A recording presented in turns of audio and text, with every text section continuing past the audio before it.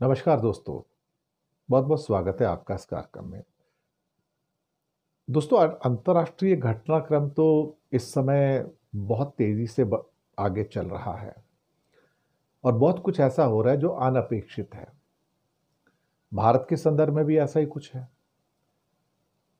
दरअसल दुनिया के अधिकतर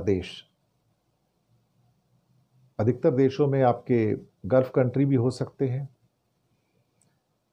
अमेरिका, कनाडा, फाइव आइज जिसको आप कह सकते हैं, यूरोपियन यूनियन के 27 देश, जापान, चाइना, अभी सब लोगों का एक ही मिशन है इस टाइम। एक ब्रॉड मिशन लेके चल रहे हैं, स्टॉप इंडिया, भारत को रोको। एक्चुअली ये मैसेज शहबाज शरीफ ने, यानी कि पाकिस्तान की सरकार ने अंतर्राष्ट्रीय कम्युनिटी को दिया था जब वॉर शुरू हुई थी कि भारत को रोको, क्योंकि तब उनकी तबाही शुरू हो गई थी कि सारी इंटरनेशनल कम्युनिटी मिलकर भारत को रोको। लेकिन अब ये स्टॉप इंडिया मिशन जो है अब दूसरे रूप में आ गया कि इकोनॉमिकली स्टॉप इंडिया नाउ। देखिए, दुनिया में हमारी एक छवि थी गरीब मुल्क की, डिपेंडेंट मुल्क की, थोड़ा बहुत कहते हैं कि अंतर्राष्ट्रीय दबाव में आने वाले मुल्क की, और ऐसे मुल्क की जिसको हमेशा किसी न किसी तरह के आईएमएफ की, वर्ल्ड बैंक की, एडीबी की सहायता की जरूरत पड़ती थी। तो नेचुरली फिर हमारी से नहीं थी उतनी। इवन यूनाइटेड नेशन में भी कई बार हो जाए तो हमारे खिलाफ अगर मुद्दे आ जाते थे तो हमें भी कोई ना कोई एक साथी चाहिए होता है जो वीटो करके हमको बचा सके। कई बार रूस ने वीटो करके हमको बचाया भी। लेकिन वो जो परिस्थितियां थी सारी की सारी एक कमज़ोर भारत की, वो दूर हुई हैं, काफ़ी हद तक दूर हुई हैं। हालांकि अभी भी कुछ कई स्थितियां बनी हुई, ऐसी बात नहीं है, लेकिन पार्टली वो एक इमेज तो हटी है। और उसका कारण कोई ये ना समझे कि मोदी सरकार है। उसका कारण हमारे 77 सालों की 140 करोड़ लोगों की मेहनत और दिन रात की मेहनत, जिसने आज भारत को यहां पर पहुंचाया है जहां पर हम खाने पीने की अधिकतर चीज़ों के अंदर, सब में तो नहीं, अधिकतर चीज़ों में हम आत्मनिर्भर तो हैं ही। गेहूं चावल को तो हमने पता नहीं कई दशकों से इंपोर्ट कभी नहीं किया है, आपको पता ही है। थोड़ा खाने का तेल हमें मंगाना पड़ता है, थोड़ी दालें मंगानी पड़ती हैं, बाकी सब चीज़ें हमारे पास अवेलेबल है, मसाले वगैरह सब कुछ जो है। इसके अलावा खेती की बहुत सारा हमारा इंपोर्ट नहीं है। डेयरी के लिए हम पूरे बिल्कुल संपन्न है, और दुनिया का जो सबसे बड़ा जो मिल्क प्रोड्यूसर है इंडिया ही है एक्चुअली। तो जो डेयरी प्रोडक्ट्स हैं वो भी मैक्सिमम इंडिया में बनते हैं, जो मिठाइयाँ वगैरह हैं वो भी इंडिया में बनती हैं। तो चीज़, बटर, ये सब चीज़ें, घी वगैरह, तो इंडिया उसमें भी नंबर 1 में दुनिया में है। तो अगर डेटा आप देखेंगे तो आपको पता लगेगा। और ये भारत नंबर 1 मोदी सरकार के आने से पहले ही हो चुका था इसमें, डेयरी उद्योग के अंदर दुनिया का नंबर 1 जो था, प्रोडक्शन सेंटर जो था। इसके अलावा जो हमारी घर गृहस्थी वाली जो चीज़ें हैं वो भी अधिकतर इंडिया में बनती ही थी। अब तो काफ़ी इंपोर्ट भी होनी शुरू हो गई। इंपोर्ट इसलिए क्योंकि दुनिया का थोड़ा कॉम्प्लेक्शन चेंज हो रहा है। तो भारत के अंदर जो इंडस्ट्री है धीरे धीरे अपनी इंडस्ट्री को बंद करके चाइना से बनी चीज़ों को खरीदना शुरू किया, क्योंकि उसको सस्ती पड़ रही थी। अब इन चीज़ों के होते हुए भी भारत एक कंजप्शन इकोनॉमी तो बन गया ना अल्टीमेटली। हम एक बात मान के चलेंगे कि 140 करोड़ लोगों में अभी भी 80 करोड़ तो गरीब ही हैं। वो बेचारे अभी भी सरकार के 5 किलो अनाज या हो सकता है कि बाकी किसी किस्म के सहायता पर निर्भर हैं। किसान भी सहायता पर निर्भर हैं। पर भारत की पॉपुलेशन के अंदर 140 करोड़ लोगों में एक 40 करोड़ का एक सेगमेंट है, छोटा ही सेगमेंट है 40 करोड़ का, जो समृद्ध है, जिसको आप मिडिल क्लास का, मध्यम वर्ग का सेगमेंट कहते हैं। और ये सेगमेंट अपने आप में बहुत बड़ा और बहुत महत्वपूर्ण है। अगर आप यूरोपियन यूनियन के मिडिल क्लास के सेगमेंट को लें तो वो सेगमेंट उससे भी बड़ा है। अमेरिका के मिडिल क्लास सेगमेंट से बड़ा है, 35 करोड़ की उनकी आबादी है, उससे भी बड़ा है ये सेगमेंट। ऑस्ट्रेलिया और जापान को मिला लो और कोरिया को मिला लो, उससे भी बड़ा है। हाँ, चाइना के मिडिल क्लास से थोड़ा सा छोटा है। मैं आपको एक फिगर दूंगा, जैसे कि भारत के अंदर दुनिया की सबसे अधिक टू व्हीलर्स बिकते हैं, मोटरसाइकिल या स्कूटर बिकते हैं। कितने बिकते हैं आपको सुन के हैरानी होगी, 2 करोड़ हर साल। 2 करोड़, 2.25 करोड़ के बीच में भारत के टू व्हीलर्स की सेल्स होती है हर साल की। तो ये बताता है कि भारत में अगर हर साल 2 करोड़ लोग टू व्हीलर्स खरीद रहे हैं तो समृद्धि तो है ना कहीं ना कहीं। भारत में अप्रोक्सीमेटली 45 लाख कारें हर साल बिकती हैं इस समय। 45 लाख कारें, 45 लाख के आसपास कारें बिकती हैं। अब इस पर सबकी नज़र है, जापान की नज़र है, कोरिया की नज़र है, क्योंकि ये दोनों की मार्केट है यहाँ पर। कोरिया और जापान की गाड़ियाँ hyundai वगैरह, ये सुजुकी जो मारुति है, वो ज़्यादा करके यहाँ पे बिकती हैं। तो हर देश की नज़र है कि भारत के अंदर आके कारें बेची जाएं। कारें भारत से ज़्यादा कहाँ बिकती हैं? भारत से ज़्यादा कारें क्या कहते हैं कि अमेरिका में बिकती हैं, यूरोप में बिकती है, चाइना में बिकती है। मैं मानता हूँ इस बात को, लेकिन 45 लाख कारें कम नहीं होती हैं। अमेरिका में इस टाइम करीब जो कारों की संख्या जो बिक्री की है वो 1 करोड़ 60 लाख है हर साल की, 1 करोड़ 60 लाख है। चाइना में जो कारें बिकती हैं हर साल की वो 2 करोड़ बिकती हैं, यानी कि इंडिया में जितने में टू व्हीलर्स बिकते हैं उतनी वहाँ की कारें बिकती हैं। लेकिन भारत अभी 4-5 साल पहले तक सिर्फ 30 लाख कारें खरीदता था। अचानक से अब हम 45 लाख पे आए हैं और आने वाले 5 सालों में 2030 तक ये गाड़ी की संख्या 60 लाख और 80 लाख के बीच में होगी हर साल। 60 लाख और 80 लाख के बीच में जो अनुमान लगाए जा रहे हैं। जो मैं कहने की कोशिश कर रहा हूं, ये एक बड़ा सेगमेंट है, जो 40 करोड़ का सेगमेंट है, जो धीरे धीरे बढ़ रहा है और ये 2030 तक करीब करीब 50 करोड़ का सेगमेंट हो जाएगा। 50 करोड़ ऐसे लोग जो मध्यम वर्ग के हैं, जिनके पास परचेजिंग पावर है, पैसा है। अब ये यूरोप और अमेरिका का मिडिल क्लास मिला लो ना, ये उससे बड़ा हो जाता है। 50-60 करोड़ का सेगमेंट बहुत बड़ा सेगमेंट है।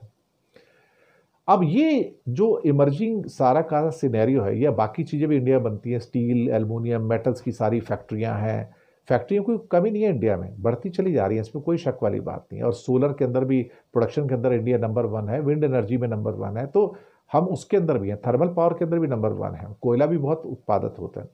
कमी किसी चीज़ की नहीं है भारत के अंदर, और भारत उसके हिसाब से जो एक 10-12% का एक जो नॉमिनल ग्रोथ होता है वो भी कर रहा है। हमने 1990 से पाया कि भारत का जो नॉमिनल ग्रोथ है वो 10% से ऊपर रहा है अप्रॉक्सीमेटली, या 10% के आसपास रहा है। नॉमिनल ग्रोथ, भारत के जो टैक्स ग्रोथ है हर साल की, वो उसके थोड़ा सा कम रहता है हमेशा, लेकिन नॉमिनल ग्रोथ के अंदर इन्फ्लेशन इन्वॉल्व होता है। तो 10 से 12% की ग्रोथ जो है इंडिया की, वो कंसिस्टेंटली पिछले 35 सालों से चली आ रही है।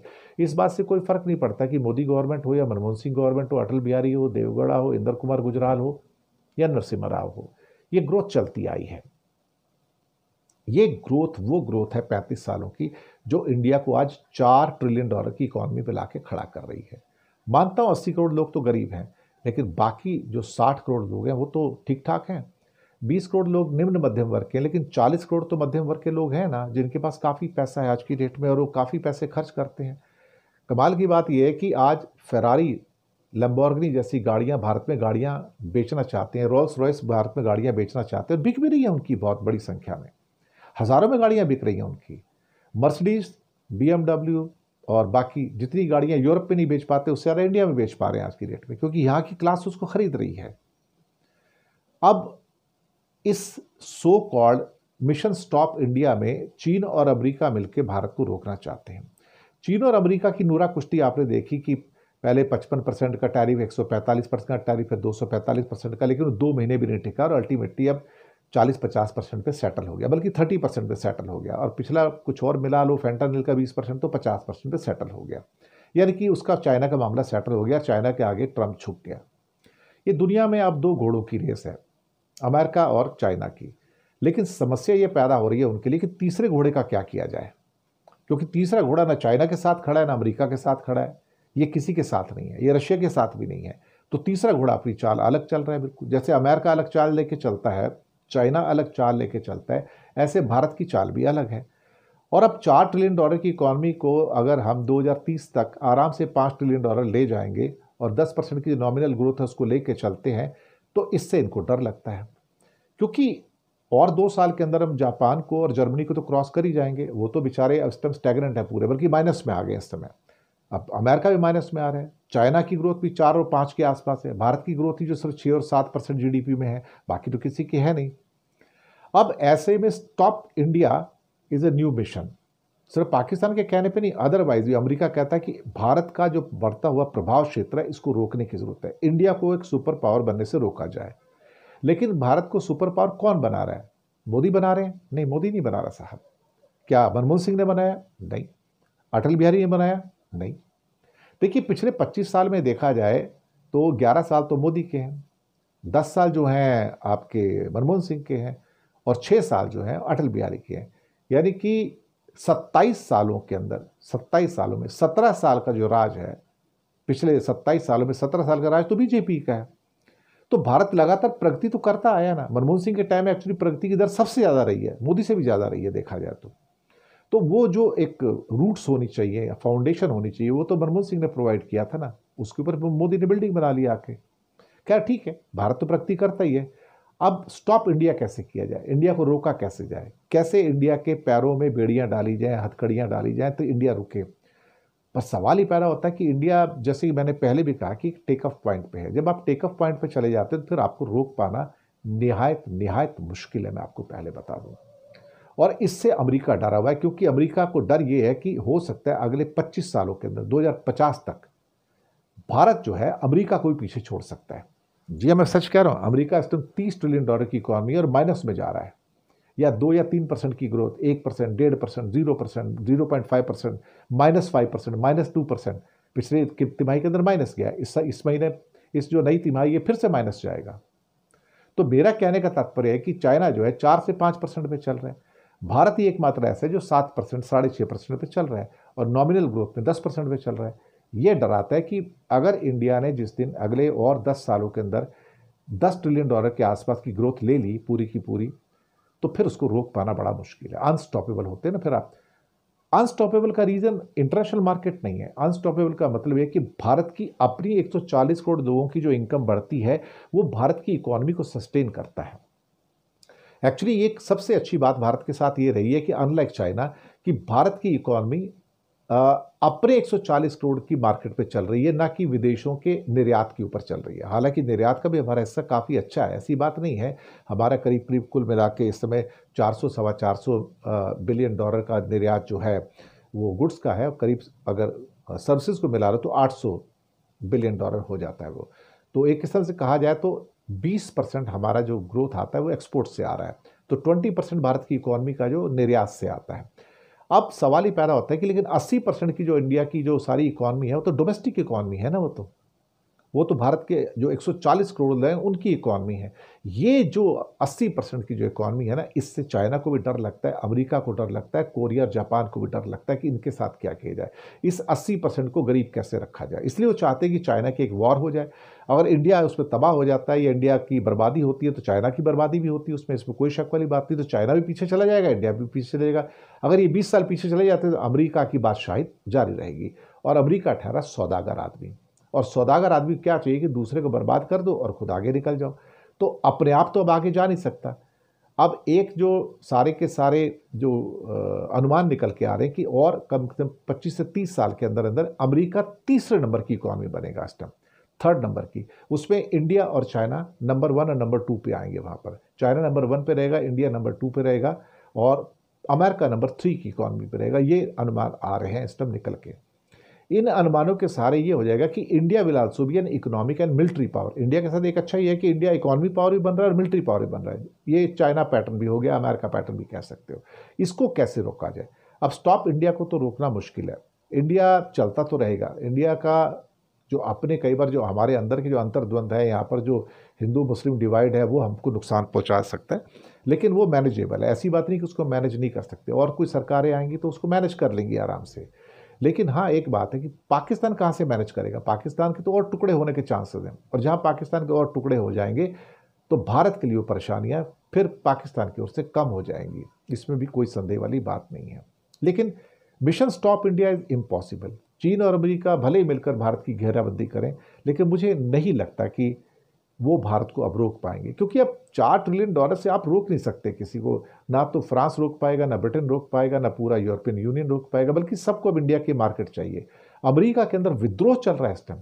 ट्रंप कहते हैं कि आप इंडिया में फैक्ट्रियां मत लगाओ, एप्पल से कहते हैं, बाकी लोगों से कहते हैं, वो कहते हैं हम लगाएंगे, इंडिया के अंदर मार्केट है, हम कैसे भूल जाएंगे वहां की मार्केट छोड़ देंगे? हम पागल हैं क्या तुम? जो ट्रंप नहीं समझ पा रहे हैं वो दरअसल कंपनियां समझ रही है। माइक्रोसॉफ्ट समझती है, गूगल समझती है, एप्पल समझती है कि India is a big market, इसको नहीं छोड़ सकते। कौन बेवकूफ़ होगा जो 140 करोड़ की मार्केट को छोड़ेगा भैया? कितने एप्पल फ़ोन जो अमेरिका में बिकते हैं उससे सेकंड प्लेस में या थर्ड प्लेस में, फोर्थ प्लेस में इंडिया के अंदर एप्पल फ़ोन बिकते हैं। भाई क्या बात कर रहे हो? तो एप्पल कैसे मार्केट छोड़ देगा? माइक्रोसॉफ्ट के सारे प्रोडक्ट इंडिया में बिकते हैं अमेरिका के बाद, वो कैसे छोड़ देगा उस मार्केट को? चाइना नहीं छोड़ सकता, चाइना के वीवो, ओप्पो, शोमी सारे फ़ोन यहाँ बिकते हैं। कोरिया कैसे छोड़ देगा, उसके सैमसंग, एलजी यहाँ बिकते हैं सारे के सारे।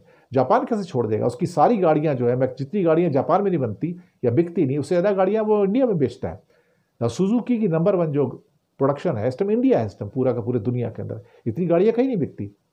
सुजुकी की गाड़ियाँ 20 लाख से ज़्यादा बिकती हैं इंडिया में हर साल, 20 लाख से। टोटल 45 लाख की सेल है इंडिया में गाड़ियों की, तो 20 लाख से ज़्यादा मारुति की गाड़ियाँ बिकती हैं जो सुजुकी हैं बेसिकली।